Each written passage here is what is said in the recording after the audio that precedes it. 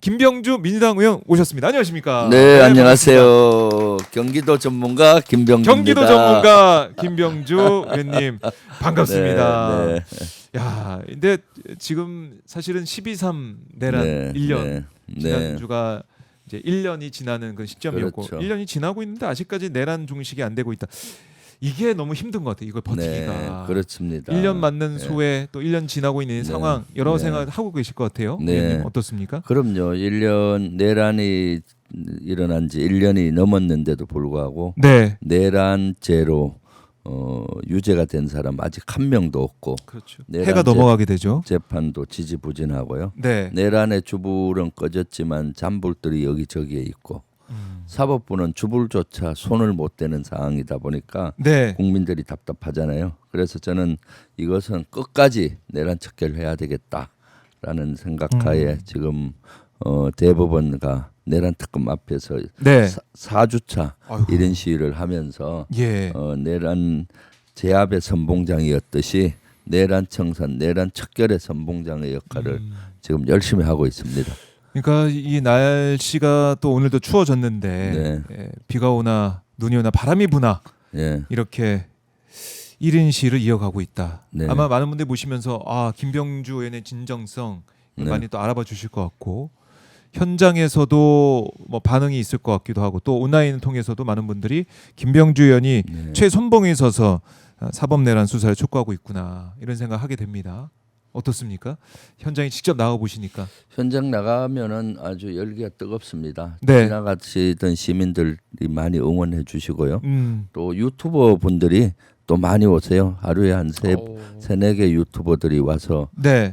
같이 동참해주고 계시고 또 지나가는 차량들이 또 손을 그 창문을 흔들어주시고. 내리고 좀 흔들어주고 또 거기 경비하시는 분들이 네. 항상 사진을 찍어서 경찰하고 나와서 보고를 하나 봐요.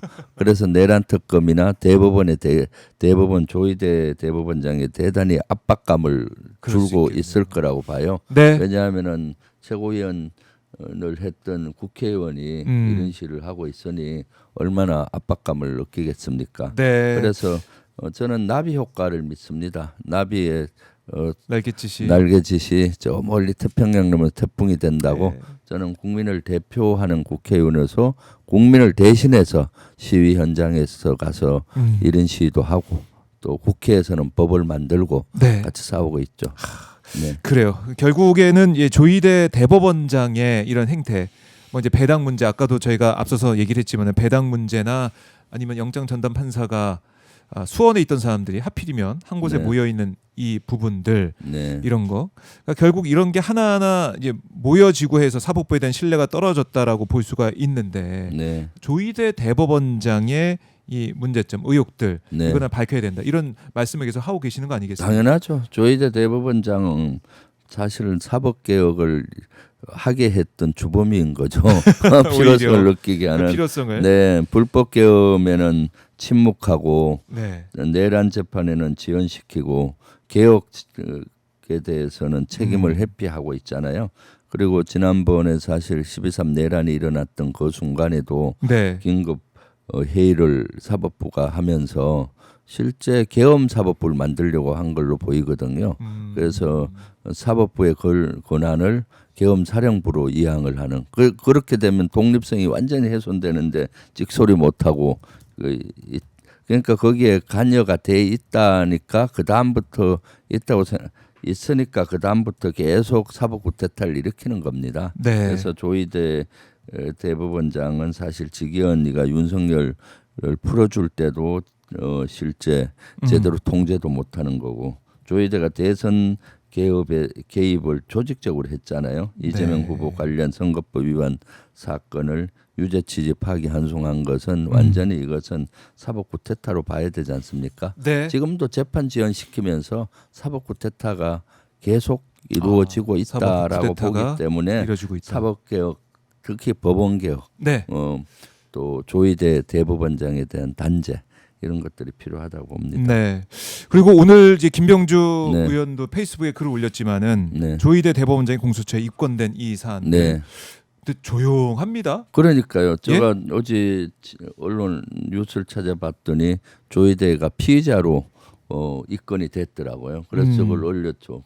언론들도 침묵하고 있잖아요. 별로 저거에 대해서 네. 하는 역대 대법원장 중에 저렇게 입건된 적이 거의 없는 것 같아요. 저 지경이 되면은 조희대 대법원장은 사퇴해야죠, 사실은. 네, 사퇴하고 수사를 받아야 되는데 그런 기미도 보이지 않고 있죠. 예. 네. 이게 이제 입건이 되면서 수사가 네. 진행이 되게 되면 네. 그 자리를 대법원장, 조희대 대법원장이 지키고 있는 게 맞는 것이냐? 네. 물러나야 된다. 네.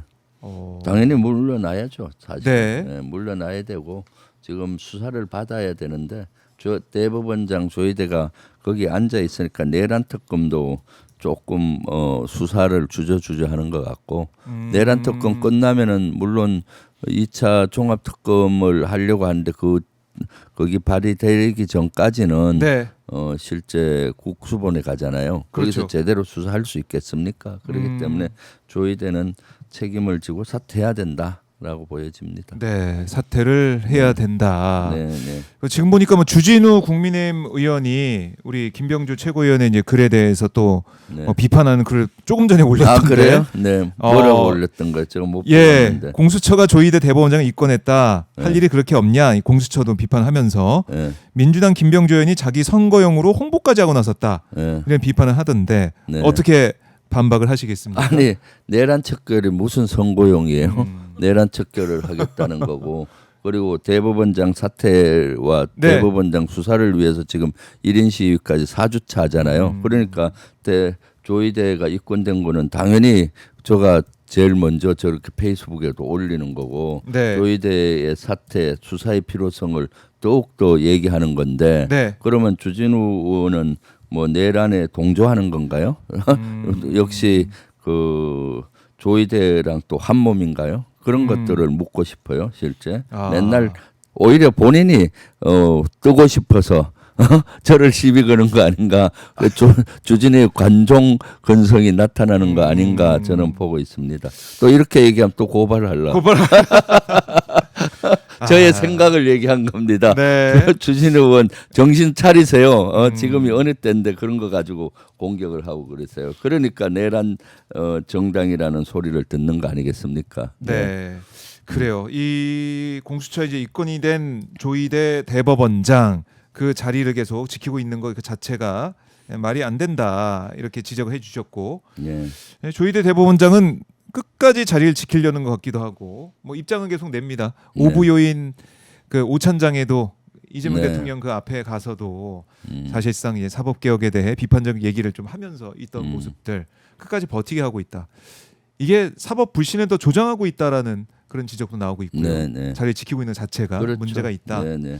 그래요. 그러면은 의원님께서는 이 1인 시위 네. 계속 하고 계신데 언제까지 하시는 거예요, 이거?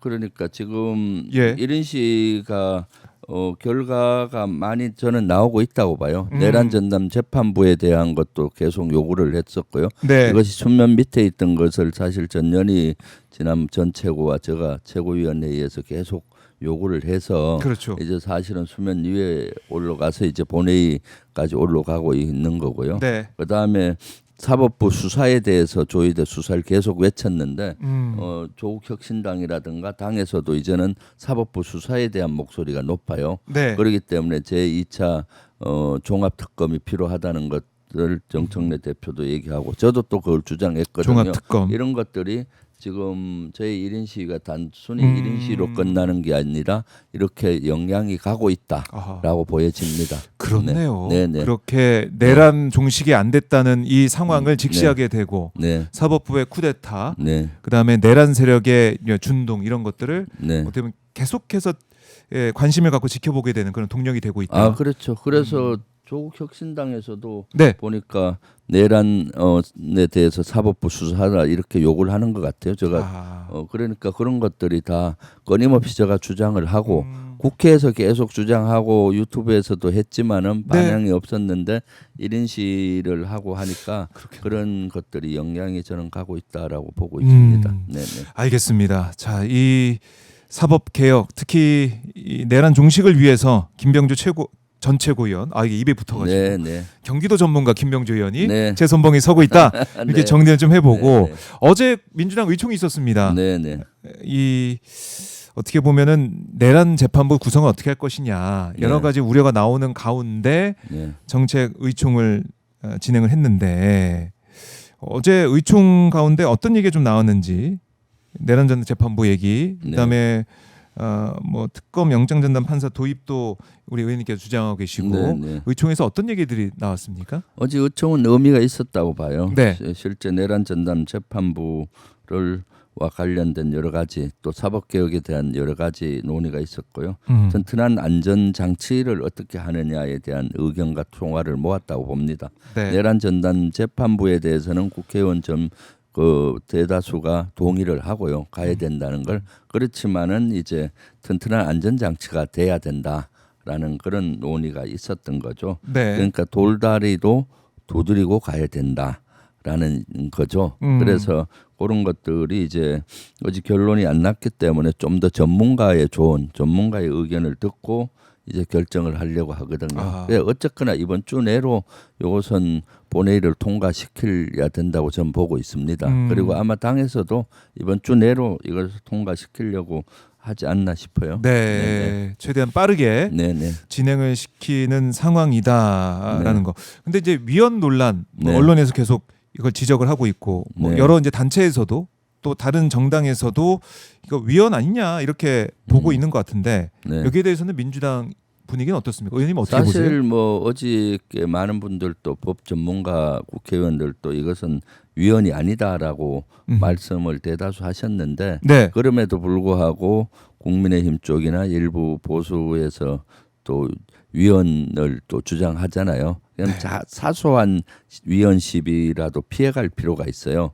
왜냐하면 이것이 만약에 잘못됐을 경우는 재판이 지연되잖아요. 네. 그리고 잘못될 수 있기 때문에 돌다리도 두드려 가야 된다는 심정으로 그런 것들은 좀 조정하면 되거든요. 어쨌거나 내란 전담 재판부를 빨리 설치하는 게 중요하기 때문에 그런 위헌 시비가 걸릴 만한 것들은 수정을 해서 대안으로 본회의에 빨리 올려서 네. 내란 전담 재판부가 가야 되는 거죠. 네.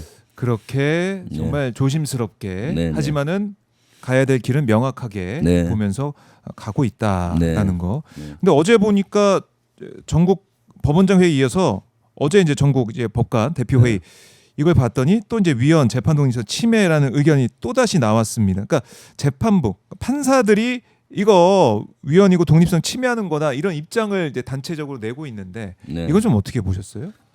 본인들이 그렇게 얘기할 자격이 없죠. 자격이 없다. 왜냐하면은 13 내란 당시에 네. 판사들이 거기에 저항하는 판사들이 있었나요? 한 명도 없었잖아요.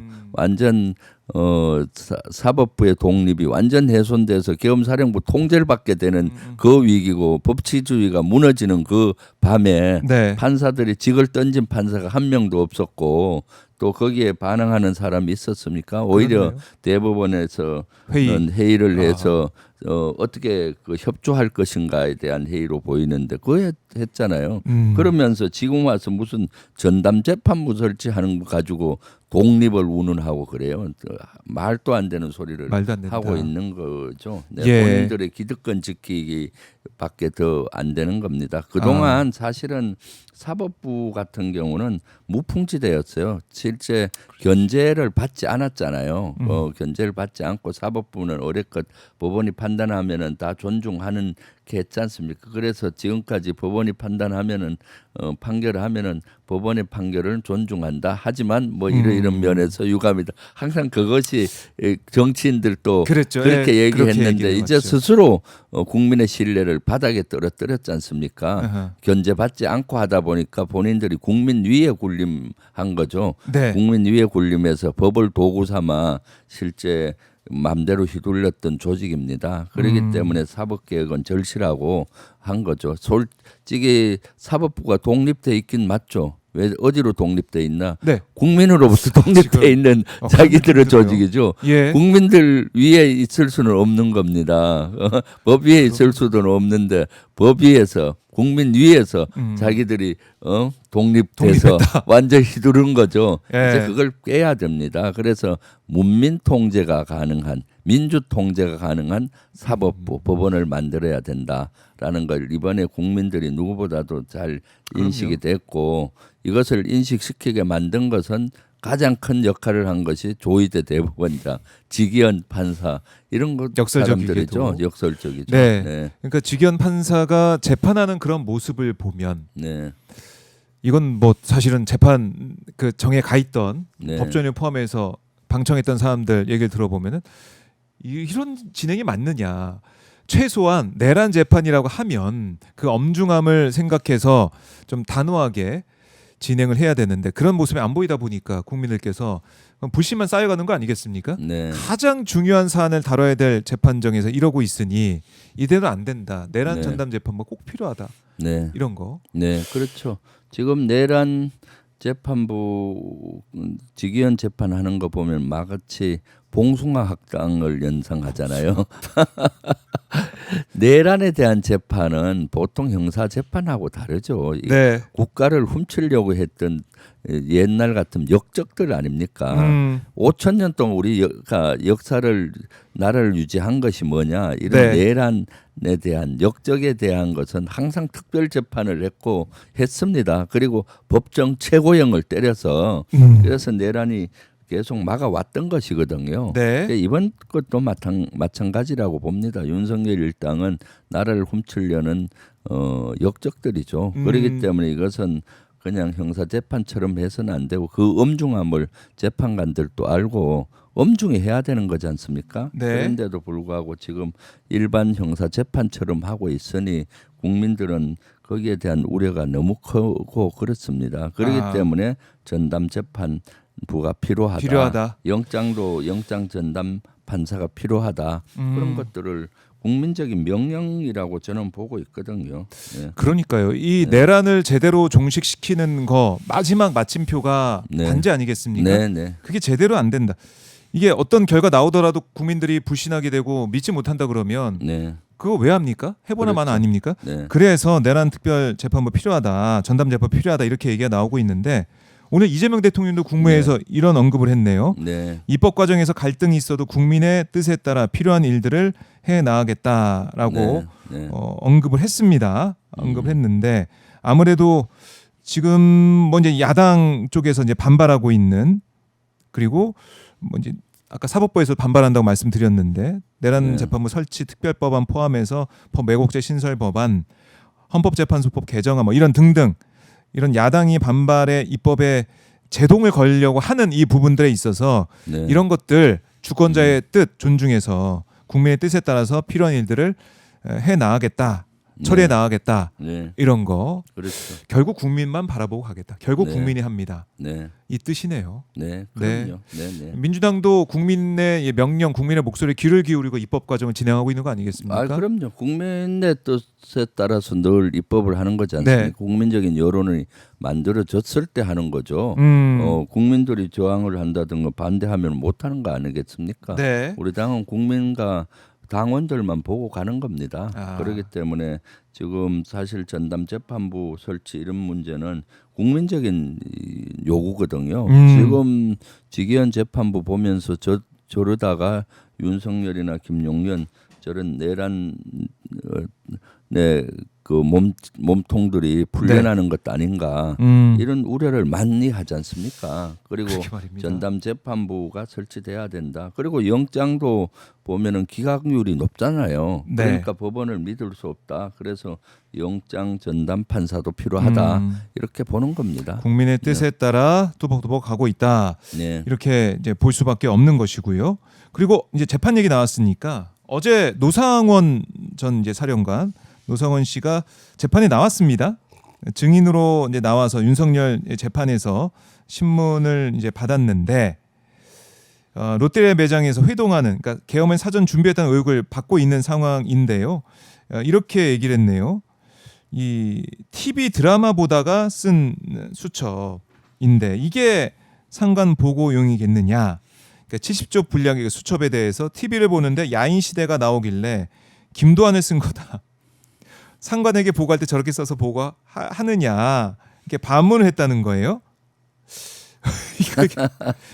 참. TV 보고 드라마 보고 네. 쓴 거다. 네. 이런 주장을 하고 있는데 네. 이거 어떻게 받아들이십니까? TV 보고 써도 그렇게 쓸 수 없죠. 어떻게 그렇게 많은 인원을 학살하다시피 수거해서 수거해서. 서해안에 남해 안에 고깃밥을 만들려고 하고 그렇게 진짜로 그러게 말입니다. 한국판 킬링필드를 만들려고 했잖아요. 그리고 또 이것은 장기 집권 불행까지 네. 나오지 않습니까? 뭐 그러니까 이런 것들이 TV 보고 어디 있어요? 전 김두한 그 영화의 야인 장기 집권 야인 그건 말도 안 되는 소리고요. 야인 시대에서 아이디어를 얻은 거는 그런 거겠죠. 거기 어떤 세력을 이용을 해서 이 사람들을 제거할까?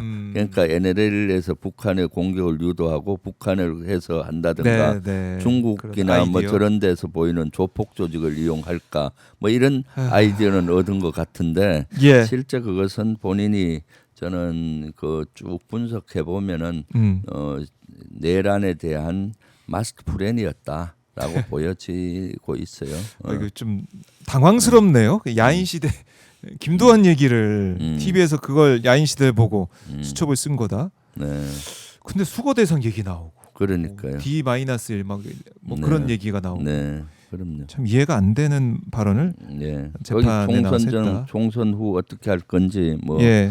뭐 또 뭐냐 네. 헌법을 개정해서 뭐 어떻게 한다는지 하여튼 말도 안 되는 것들이 돼 있는 거죠. 네, 그러게 말입니다. 네. 재판정에 나와서 노상원의 이 발언들 뭐 귀찮아서 얘기 안 한다 이런 모습까지 우리가 그러니까요. 확인했기 때문에요. 자기에게 유리한 건 얘기하고 불리하면 귀찮아서 얘기 안 한다. 저런 거는 국민과 법정에 못 네, 오고 모독이다. 네. 그리고 또 아직도 반성 못하는 저런 모습 진짜로 와 어떻게 저렇게 뻔뻔할 수가 있는 거죠. 그러니까 사실은 인간이길 포기하는 거랑 마찬가지잖아요. 그 노상원 수첩 그 자체 보면은 그 자체 내용도 그렇고. 네. 악마도 그런 악마가 없잖아요. 그게 현실화됐다면은 그러니까 아직도 정신 못 차리고 그냥 반성도 못 하고 네. 뻔뻔한 그 모습, 뻔뻔한 모습을 또 확인했다. 네. 표정 이런 것들을 우리가 국민들이 네. 눈으로 지켜봤습니다. 네. 자, 당 얘기를 저희가 좀 이어가 볼게요. 정청래 대표가 당원 주권 시대 열겠다면서 추진했던 1인 1표제 도입, 또 지방선거 공천 룰 변경을 위한 당원 개정안 지난 5일 부결이 됐습니다. 네. 이거 좀 어떻게 보셨습니까? 뭐 당원 주권 시대는 시대적인 정신이니까요. 당원 주권 시대의 방향성은 확실한 것 같고, 단지 이제 부결됐던 거는 낮은 투표율 때문에 부결이 됐는데 아마 진행 과정에서 좀 선거 투표하도록 독려 이런 것들이 좀 부족했다고 저는 보고 있거든요. 네. 그럼에도 불구하고 그 부결된 거를 겸허히 좀 받아들일 필요가 있고 그래서 사실은 1인 1표제는 일단 수면 밑에 내려갔잖아요. 네. 나중에 정청래 대표께서는 나중에 당원들의 의견을 묻어서 이걸 어떻게 할지 결정하겠다라고 어제 의총에서 얘기를 했으니까 네. 그렇게 보시면 될 것 같아요. 그래요. 이때 저는 당원 주권 시대는 시대 정신이기 때문에 1인 1표제는 언젠간 가야 된다는 거고 이것은 이재명 대통령께서도 대표 시절에 원했던 겁니다. 네. 그래서 그때 중간 단계로 이 20대 1 룰을 만들었잖아요. 맞아요. 좀 줄여서 그리고 언젠간 1대 1로 가야 되는 룰이고 그래서 지금은 뭐 어쨌거나 부결됐으니까 수면 밑으로 내려갔지만은 적절한 시기에 다시 당원 의견을 물을 필요는 있다라고 네. 보여집니다. 그러니까 뭐 일각에서는 이게 정청래 리더십이 흔들리는 그 네. 상황을 표현한 게 아니냐, 보여준 게 아니냐 네. 이런 해석도 나오긴 하던데 네. 의원님은 어떻게 보셨습니까? 저는 뭐 그렇게 보지는 않습니다. 예. 왜냐하면 거기 투표한 인원들의 한 70% 이상이 찬성한 것 같은데 예, 찬성률이 높았잖아요. 찬성률이 예, 높았다. 투표율이 낮았던 것은 뭐 제가 봤을 때 좀 투표 동료가 부족했어요. 사실 10시부터 15시까지 투표인데 네. 그 온라인으로 하다 보면은 잊어먹을 수가 있거든요. 네, 그래서 그런 현재 지도부가 그런 것들에 대해서 좀 미숙했지 않나 싶습니다. 네, 미숙한 부분들을 확인할 수가 있었을 뿐이지 뭐 리더십이 흔들리고 뭐가 지도 체제가 흔들리고 이런 건 아니다. 네네. 이재명 대표 당시는 사실 중앙에 투표할 때 네. 투표 동료를 많이 했어요. 어허. 그때도 일일이 전화해서 투표 동료 당연히 본선거도 그거는 하지 않습니까? 왜냐하면은 온라인으로 하기 때문에 10시에서 오후 3시라고 잊어요, 사실은. 그렇기 때문에 하루 전날 내일 꼭 중앙위원들 한 600명 되니까 당직자들이나 뭐 이렇게 통해서 또 투표 내일 꼭 있으니까 해주세요. 근데 문자로만 띡 보내면은 문자가 요새는 너무 국회의원들은 너무 많이 와요. 문자 폭탄이. 예. 그거 찾는데도 오래 걸리거든요. 그러다 아. 보면은 놓칠 수가 있어요, 사실은. 그렇기 때문에 하루 전날 독려하고 당일날 아침 10시에 투표한다 그러면 한 9시쯤 오늘 10시부터 합니다. 투표해 주세요. 이렇게 독려를 좀 업데이트가. 했어야 되는데 예. 그런 것들이 이번에 전혀 이루어지지 않았어요. 네, 그래서 그런 투표 관리가 좀 미숙했던 걸로 저는 보고 있거든요. 예, 투표 동료가 좀 부족한 부분, 미숙한 부분이 있었다. 이렇게 정리를 해 보고요. 그리고 이제 이게 지금 현안으로 좀 또 보도가 되고 있던데 통일교에서 국민의힘뿐만 아니라 민주당 정치인 여러 명에게도 금전적 지원을 했다. 이런 보도가 나왔습니다. 근데 특검에서는 수사 대상이 아니다. 이거 다른 수사기관에 인계했다. 그러니까 특검 대상은 아니라는 겁니다. 네. 여기서 당의 좀 분위기는 어떻습니까? 뭐 문제가 있다면은 철저히 수사하고 처벌을 해야 되는 거죠. 통일교 같은 경우는 정치와 종교를 일치를 지향하잖아요. 네. 그런데 이것은 헌법에서는 정치와 종교를 분리가 헌법의 원칙이고 정치와 종교가 일치하는면은 바람직하지 않거든요. 그렇기 때문에 이런 문제가 대두됐으면은 철저히 저는 수사하고 또 그런 이것은 뭐 여야 할 것 없이 이 정치와 종교를 연결시키는 것은 단절시켜야 된다. 우리 대한민국의 미래를 위해서도. 그래서 이것은 철저히 확인하고 수사해야 된다고 보고 있습니다. 네, 그러니까 뭐 진상을 밝히는 것은 피할 수 없고 당연히 해야 된다. 잘못된 게 있는지 이것은 뭐 여야 가릴 된다. 것 없이 헌법 정신에 충실해야 된다고 보죠. 네. 알겠습니다. 근데 이걸 가지고 마치 이제 특검에서 정치적으로 수사를 안 하는 것처럼 지적하고 비판하고 있는 야당의 모습. 그러니까요. 이거는 이제 조직적인 이 동원, 통일교 교인들이 동원이 돼서 금품을 주면서 동원이 됐고 뭘 약속을 받으면서 당의 정당의 이 전당대회 개입한 이런 의혹. 네, 그렇죠. 이것과 다른 거 아니겠습니까? 지금 특검이 수사하고 있는 그 사안과 지금 국민의힘과 관련된 통일교 연관성은 아주 재질이 나쁘잖아요. 실제 실제 선거에도 개입한 것 같고 또 영향력을 확대하려고 통일교가 국민의힘이나 윤석열을 통해서 어떤 정치적인 정교 일치 사회를 지향하는 그런 사회를 만들려고 했던 걸로 저는 보고 있거든요. 그러니까 그런 건 아주 재질이 나쁜 거죠. 그래서 실제 일본에서는 그러한 거에 대해서 아주 엄정히 단죄했잖아요. 그래서 이재명 대통령께서도 통일교에 대해서 정교 일치를 지향하는 이런 거에 대해서는 아주 엄격해야 된다고 말씀하신 걸로 알고 있는데 저는 이 분야는 여야 할 것 없이 엄정히 진상 규명을 해서 단절시켜야 된다라고 보고 있습니다. 알겠습니다. 자, 이제 12월 9일 이재명 정부 이제 6개월이 지나고 있습니다. 의원님께서도 여러 가지 또 감회가 새로울 것 같아요. 이재명 대통령 당에서 함께 열심히 의정 활동했던 바로 또 국방위에서 또 열심히 함께 계셨던 입장이기 때문에 이재명 정부, 이재명 대통령의 6개월을 정말 유심히 지켜봤을 것 같습니다. 어떻습니까? 사실 6개월 힘든 기간이었죠. 완전히 대한민국의 법치가 무너지고 민주주의가 무너지고 경제도 무너지고 모든 면에서 후퇴가 돼 있었는데 비정상적으로 6개월 동안 이재명 대통령께서 절치부심 하루를 진짜로 아껴 써서 그렇게 열심히 일하셔서 비정상의 정상화가 이루어졌고 또 회복된 시간이라고 봐요. 그것뿐만 아니라 모든 면에서 회복해서 이제 도약이 시작된 시점이다라고 보고 있거든요. 외교 안보 분야, 민생 분야, 민주주의 분야 모든 면에서 멈춰서고 후퇴됐던 것들을 다시 전진해서 복원하고 이제 도약을 앞두고 있다. 예를 들면 경제 성장률 같은 경우도 바로 밑에 코스피잖아요. 이 4천 시대를 돌파했고 5천 공약했는데 5천도 금방 될 것 같고 한미 관세 협상 그 어려운 협상을 잘 정리해서 경제 안정 불확실성을 해소하고 네. 경제적으로 안정적인 것들을 유지했고요.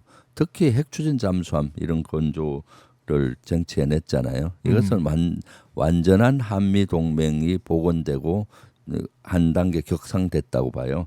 핵추진 잠수함을 미국에서 인정을 하고 돕겠다는 것은 그만큼 대한민국을 믿고 이재명 정부를 믿게 있다는 거거든요. 네. 그리고 G7 정상회의부터 시작해서 유엔 총회, 에이펙, G20 등에서 국익 중심 실용 외교를 통해서 대한민국이 진짜로 내란을 극복하고 다시 민주주의를 회복한 대단한 국가다라는 걸 세계에 선언하고 다시 도약한다는 걸 알렸잖아요. 그래서 사실은 그 중에서도 가장 큰 것은 국민적인 자부심을 회복한 거라고 봐요. 윤석열 정권 3년 동안 자존심, 자부심이 많이 맞아요. 훼손됐잖아요.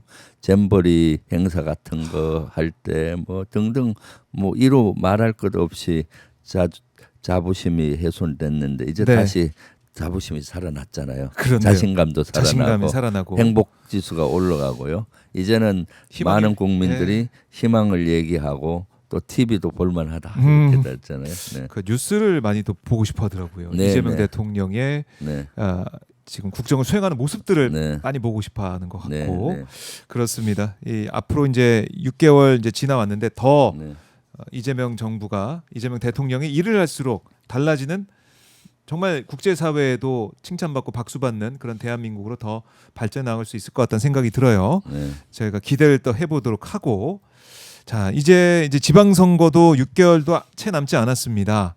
이런 가운데 추미애 의원이 법사위원장 사임의 뜻을 전하면서 경기도지사 출마 준비에 나설 걸로 네. 예상이 되는데 최대 격전지 이 경기도 네. 전문가 네. 우리 김병조 의원님의 그렇죠. 네. 전략 이것도 좀 네. 궁금하네요. 뭐 원칙에 흔들리지 않으려고 합니다. 아하. 그리고 사실 뭐 내년 지방선거는 대단히 중요하잖아요. 네. 그래서 일단은 뭐 내란 척결에 저는 12월엔 집중하고 내년부터 좀 준비를 서서히 하려고 하는데 네. 그 내년 지자체 선거의 시대 정신에 집중하려고 합니다. 내년 지자체 선거 시대 정신은 저는 세 가지로 보는데 이재명 정부 성공을 어떤 지자체장이 뒷받침할 것이냐, 네. 그 뒷받침할 수 있는 지자체장을 뽑는 선거다. 그리고 두 번째는 내란 척결과 내란 동조 전당인 국민의힘을 심판하는 것 선거. 그리고 이제 세 번째가 이제 실질적으로 경기도민의 뜻에 따라서 경기도를 누가 훌륭하게 잘 사는 경기도를 만들 것이냐라는 네. 리더십을 갖췄느냐 이런 아하. 걸 보는 것 같아요.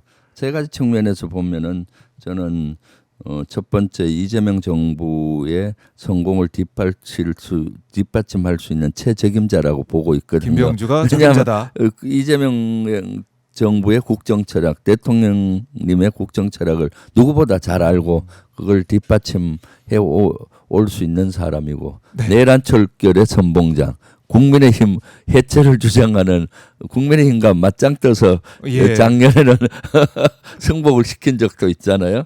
그런 김병주 그리고 충분한 리더십과 추진력을 네. 갖춘 이런 거를 우리 도민들이 인정을 해줄 거라고 저는 보고 있습니다. 네네. 그래요. 그리고 시대 정신에 맞게 시대 정신. 도민 주권 행정을 할 수 있는 사람으로 김병주를 선택해 주지 않을까 하는 기대도 많이 하고 있죠. 네, 알겠습니다. 그러니까 이제 선거가 다가오기 때문에 뭐 주자들도 슬슬 이제 나오고 있고, 네. 뭐 사실 선거가 경쟁이기 때문에 네. 경선 과정부터 경쟁이 있을 걸로 예상이 되는데 네. 아까 언급하신 이 세 가지 네. 이 원칙, 네. 중요한 이 부분들, 이 포인트로 김병주의 강점, 네. 김병주의 그 저력을 또 보여주겠다. 네. 네. 이렇게 볼 네. 수가 있겠네요. 네, 그럼요. 알겠습니다. 네. 전략을 다 세워두고 계시는군요. 김병주 경기도 네. 전문가로서 네, 네. 여러 가지 것들 준비하고 있다라는 생각이 들고요. 네.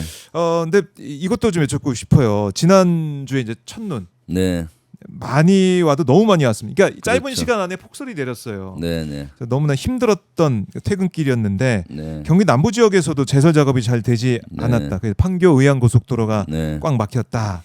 퇴근길에만 3-4시간 걸렸다. 이런 얘기가 좀 많이 들리고 있던데 네. 어떤 문제가 있다고 보시고 해결책은 어떻게 고민하고 계십니까? 제가 봤을 때 서울하고 예. 경기도가 그런 문제가 많았잖아요. 음흠. 사실 이것은 예고가 됐었거든요. 예고돼. 그날 6시부터 저녁부터 이제 눈이 눈은 많이 온다고 내린다고 예보됐었어요. 예보되고 충분히 예보가 됐고 또 그동안 눈에 대한 준비를 못했잖아요.